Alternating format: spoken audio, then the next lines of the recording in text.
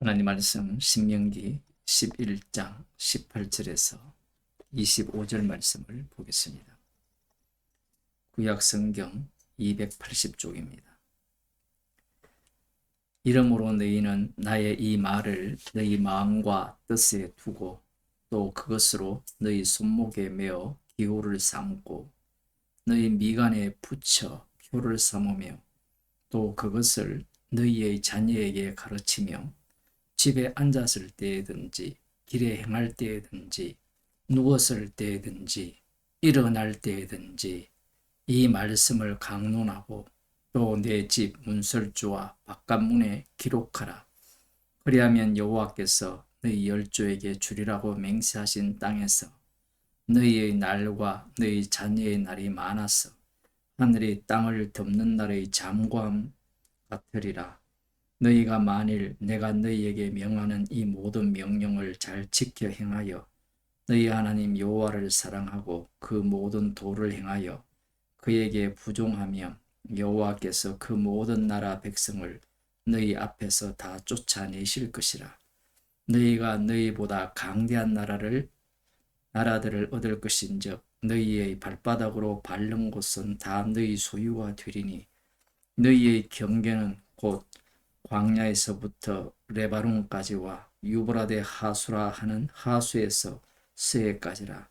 너희 하나님 여호와께서 너희에게 말씀하신 대로 너희 밟는 모든 땅 사람들로 너희를 두려워하고 무서워하게 하시리니 너희를 능히 당할 사람이 없으리라.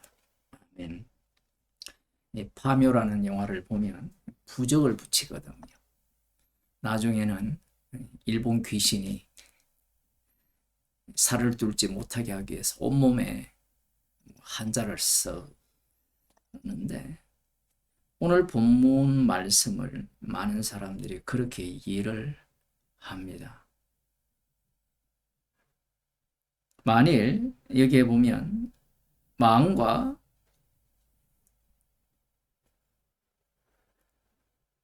뜻에 두고라는 표현이 있죠. 18절에 보면 그 뜻이라는 게 네피시인데 다른 성경 번역에 보면 혼이라 하거든요. 하나님께서 명하시는 말씀을 마음과 몸, 저는 그렇게 해석을 합니다. 마음과 몸이 자동적으로 이 말씀에 따라 움직이는 그러한 상황이 되도록 명하시는 거죠. 그렇게 하려면 외워야 된다. 이렇게 생각을 할 수 있는데 외우는 정도가 아니고 그 뒤에 말씀을 보게 되면 손목에 메어 기호를 삼고 너희 미간에 붙여 표를 삼으며 손목에 매면 내가 늘 볼 수 있죠.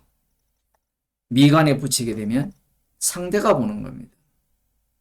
오늘날이야 뭐 거울이 일반화되어 있기 때문에 미간에 묻히면 내가 나를 본다고 할지 모르지만 이 당시에는 이 이스라엘 백성들이 사람들을 만나면 그게 자녀가 되었든 뭐 아내가 되었든 남편이 되었든 이웃이 되었든 만나는 사람마다 하나님께서 명하신 율법이 이마에 기호로 새겨져 있고 떠오를 수밖에 없도록 뭐 율법을 외웠다고 볼 수 있고요.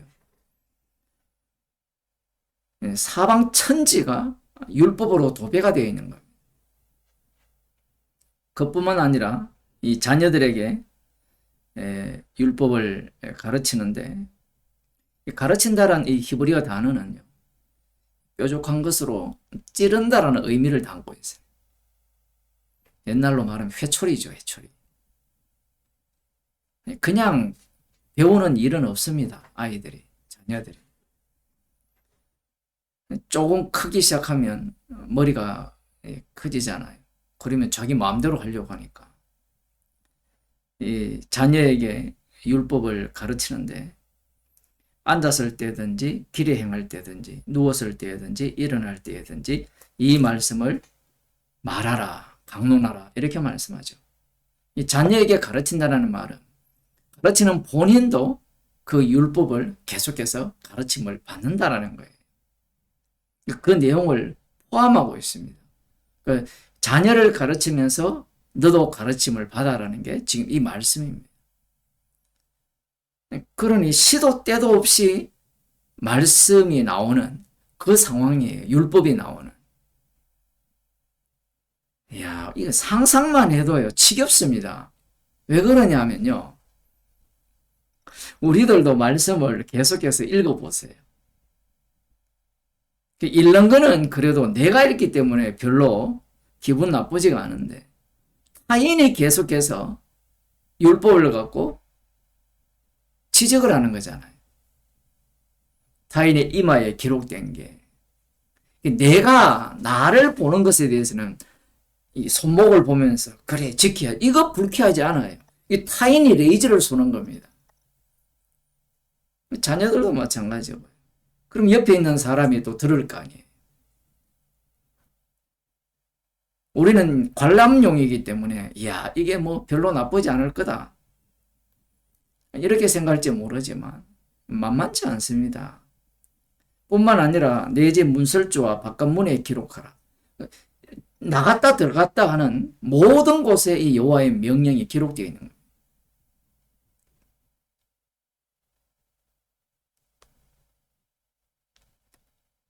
그러면 이렇게만 하면 복을 받느냐? 그게 아니라 지켜야 된다는 거예요. 뭐 부적만 붙이면 귀신이 꼼짝 못 하든지 온몸에 부적을 쓰면 건강경을 쓰면 귀신이 찌르지 못하는데 아무튼 그런 거 보면 재밌어요.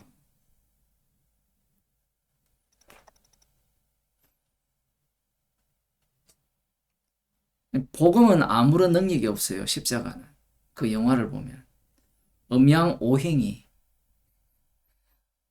이 세계의 진리예요. 그거로 이긴다는 겁니다. 그게 바로 죽기를 무서워 종노릇하는 모습이거든. 죽은 자는 겁이 없어요. 그 영화에 보면 환자만 겁을 먹거든. 말씀을 지금 이렇게 명하셨을 때 우리가 관람하지 말고 하면 진짜 그곳에 들어가서 산다라고 생각하면 여기에 보면 지키면 맹세하신 땅에서 너희의 날과 너희 자녀의 날이 많아서 하늘이 땅을 덮는 날의 장과와 같이 같고 이 넓은 땅도 차지할 것이라 계속해서 그 약속의 땅을 차지할 것이라 이렇게 말씀을 하시잖아요. 그러면 그냥 마음에 새기고 요것만 이야기하면 참 좋을 건데 내펫이라는 게 들어가요. 그러니까 몸으로 순종하라는 게 들어가기 때문에 나머지는 자녀들한테 가르치면 돼요. 그냥 형식이 될 수 있거든요. 가르치는 것은 얼마든지 할 수 있잖아요.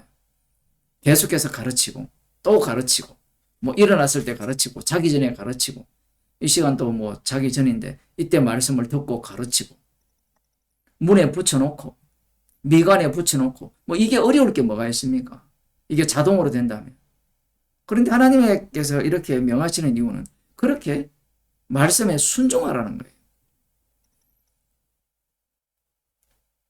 근데 율법은 어떻습니까? 항상 행해야 돼요. 율법은. 항상 지켜야 됩니다. 모든 율법을. 자, 그런데 약속의 땅에 들어갔습니다. 한번 생각해 봅시다. 약속의 땅에 들어갔는데 주변에 무엇이 아른거립니까? 잘 먹고 잘 사는 사람들이 보여요. 자신들이 진멸하지 않는 그 이방인들이 이전까지 살았던 것들을 보게 되면 율법대로 순종하지 않아도 복을 받고 잘 살아요. 그러면 서서히 어떻게 되겠습니까? 요수아 지나서 사사기로 넘어가면 소견에 오른 대로 해요. 이게 완전 광속입니다. 광속으로 빛의 속도로 이들이 이 말씀에 순종하지 않아요. 들어가 보니까 눈에 보이는 것이 말씀은 어떻습니까? 나에게 부담을 주잖아요. 그런데 우상 숭배는요, 인간이 좋아하는 겁니다. 이게 독특해요. 우상 숭배는 하지 말아야 해도 인간이 하거든요. 그런데 이 말씀이라는 것은, 율법이라는 것은 계속해서 인간을 불쾌하게 하는 겁니다. 조건을 걸기 때문에. 지키지 아니하면 저주를 받고, 뒤에도 나오죠. 복과 저주의 길을 너에게 앞에 두었다라고 하시거든요. 그런데 이방 나라는 뭐예요? 내 하기 나름이라는 거예요. 아, 그거나 뭐가 다릅니까? 내가 자발적으로 하는 것과 타인이 요구하는 것은 달라요.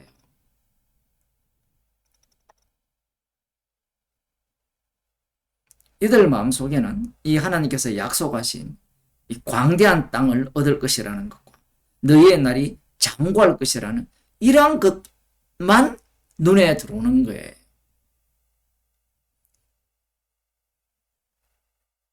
실제로 우리가 살아보면 복음이 밥 안 먹여주잖아요.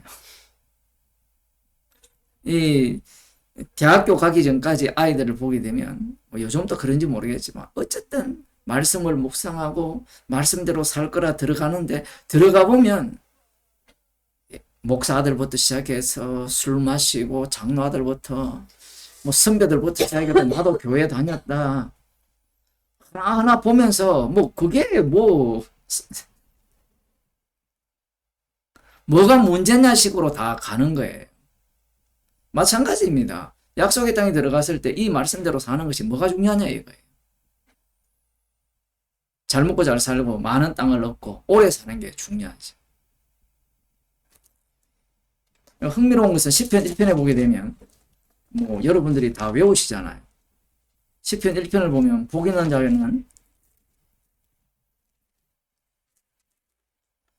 악인의 길을 쫓지 아니하며 죄인의 길을 서지 아니하며 오만한 자의 자리에 앉지 아니하고 오직 여호와의 율법을 즐거워하여 그 율법을 주야로 묵상하는 자로다. 지금 신명기 이 말씀을 지키는 거거든.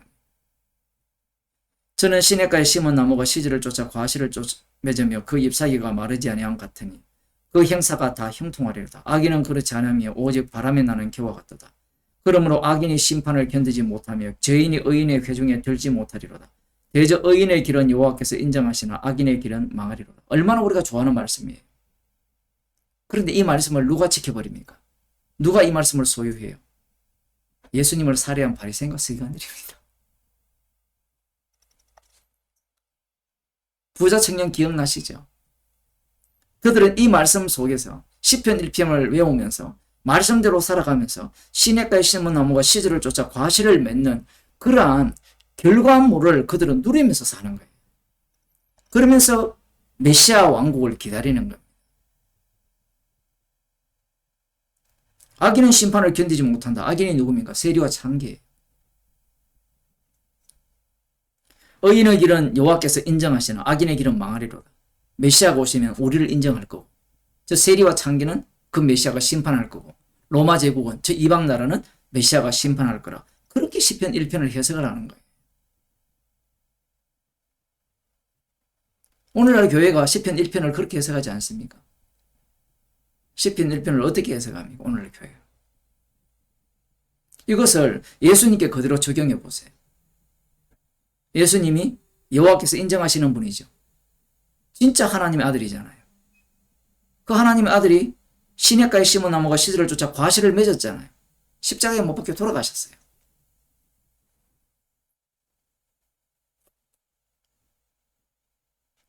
신명기 율법을 받는 그들이나 아니면 이 여호와 하나님의 율법대로 심판을 받아서 여전히 이 로마 제국 압제하에 있는 그 남은 자들이나 마음은 어디에 가 있느냐 하면 복 받는 데 있는 거예요. 복 받는 데. 이 이야기하고 마칠게요. 어떤 사람이 그런 이야기를 해요. 예수님이 말씀하신 복은 팔복이 아니라 구복이다. 그 구복이 뭐냐? 우리의 구원이다. 사기꾼이죠. 산상설교에 나오는 팔복은 십자가를 이야기하는 거예요. 우리가 받을 복은 십자가의 복뿐입니다. 예수님이 복 있는 분이잖아요. 그래서 우리를 이 땅에서 어떻게 살아가게 하시느냐 하면 복받은 분의 그 복을 그대로 덮어쓴 자로 살아가는 겁니다. 그래서 말씀을 주야로 묵상하죠. 성도는. 묵상하면 할수록 말씀의 깊이를 알면 알수록 오늘 제가 글에도 썼습니다만 본인이 뭐가 되죠? 악마가 되는 겁니다. 그래서 성도는 주님과 동행하면서 계속해서 말씀을 묵상하면서 십자가의 피 공로의 깊이를 알아가면서 그것을 자랑하는 자로 살아가는 겁니다. 하나님 아버지, 탐심이 가득한 자로 말씀을 대하기에 복음조차도 탐심을 채우는 그러한 것으로 바꿔치게 하는 죄인임을 말씀을 통하여 들려주심을 감사드립니다. 십자가신 주님만이 복 있는 분임을 저희들에게 알려주시고 십자가의 복을 쏟아 부어주셨기에 십자가의 피만을 증거하도록 날마다 저희들의 죄를 드러나게 하시는 삶의 현장과 말씀의 현장 속으로 인도하심을 감사하는 주의 백성이 되게 하여 주옵소서.